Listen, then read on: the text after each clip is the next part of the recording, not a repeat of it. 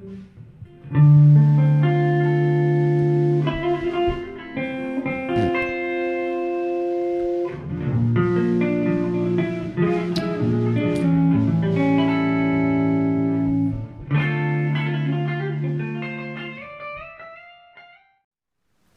I'm Angela Broughton from polesandblinds.com. Today I'm going to show you how to make voile curtains. Voile curtains obviously are very fine. They slip around everywhere, so you have to use lots of pins and take great care with them. When you're joining the seam of a voile curtain, because they're not lined, you have to do what's called a French seam.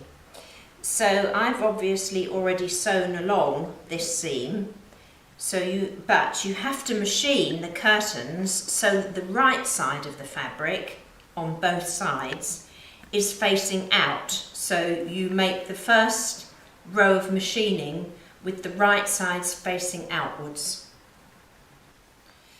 This is showing you exactly what I mean. You have to have the seams joined so that the right side of the fabric on both pieces of fabric is facing to the outside.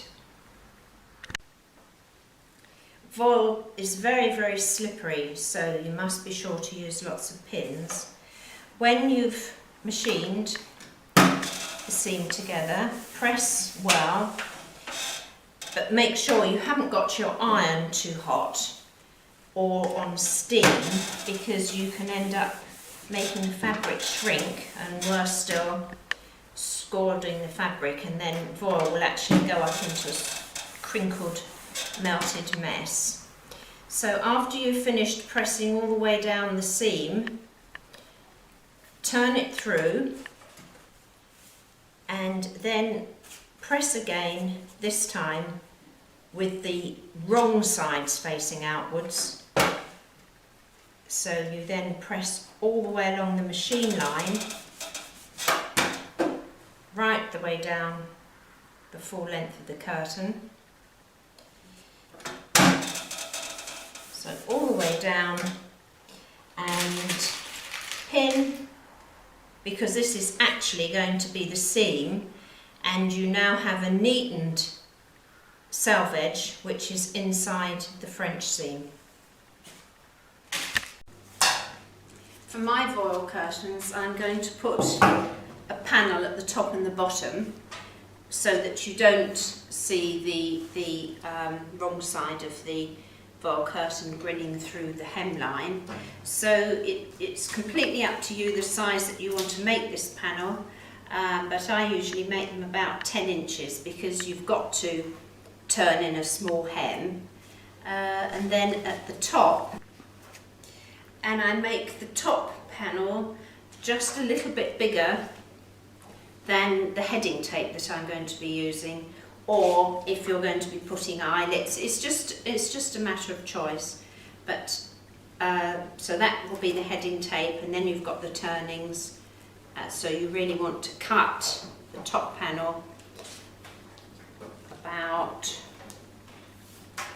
10 inches. And you're going to cut the bottom panel about 12 inches, 13 inches, which is 24 inches in fact, because you've got to fold it over.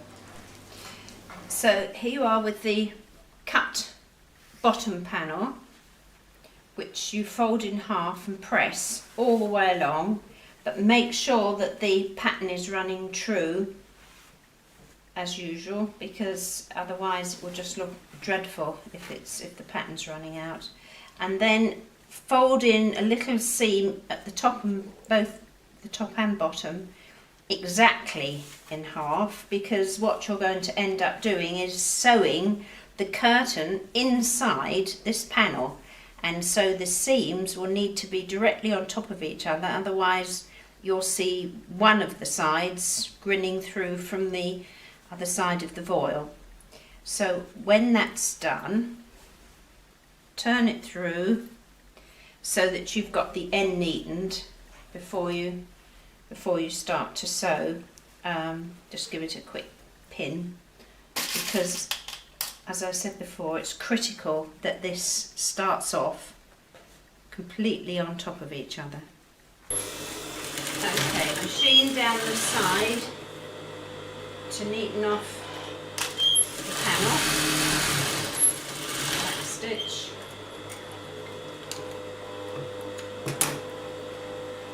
Cut the corner off so that it's not bulky in the corner when it's folded through.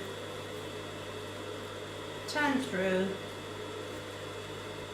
and oops, cut your spares off, your spare ends, and then there you are with this panel when it's been pressed, ready to go on the bottom of the voile curtains.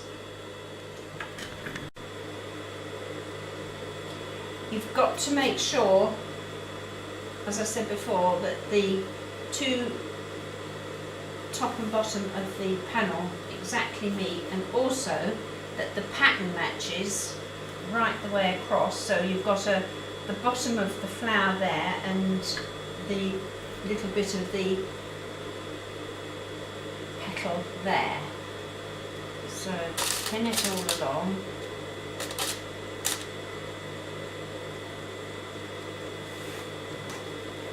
There's the bottom of the stem again, so keep it nice and flat, lay that on top and line up again, making sure everything's sitting nice and straight. So there's the stalk, bottom of the stalk into the panel, and then pin in the middle. So as long as you've measured everything correctly, you should end up with the side seam of the voiles matching exactly the end of the bag, if you like, of the panel, and then pin all the way across, making sure you've got your stalks and petals in the right place, and then machine across. Right, machine across. Excuse the noise of the motor and the squeaky pedal, but it's not occupational hazard, I'm afraid. So just make sure it's on top and on top, and just nick the very edge of the two fabrics. Fold the panel in half and iron it. The panel wants to be just a little bit bigger than the heading tape that you're going to be putting on. We're going to have this 3.5 inches. This is a bit of a whiskery fabric, all these stray bits of thread. You can keep it poked up into the panel. So there you are, 3.5 inches. And just press along.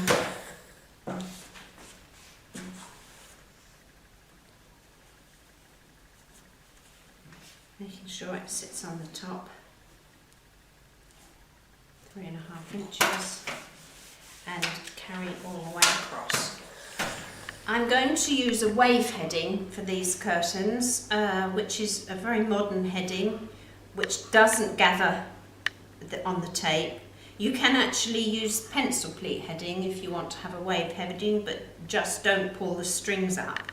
But this is a specific wave heading tape.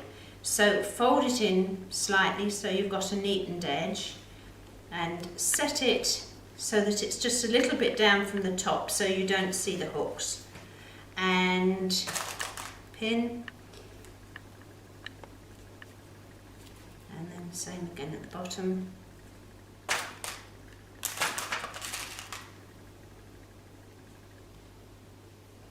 Double check that you've got the right side of the tape outwards, in other words, so that the pocket is outwards, because otherwise, if you don't double check,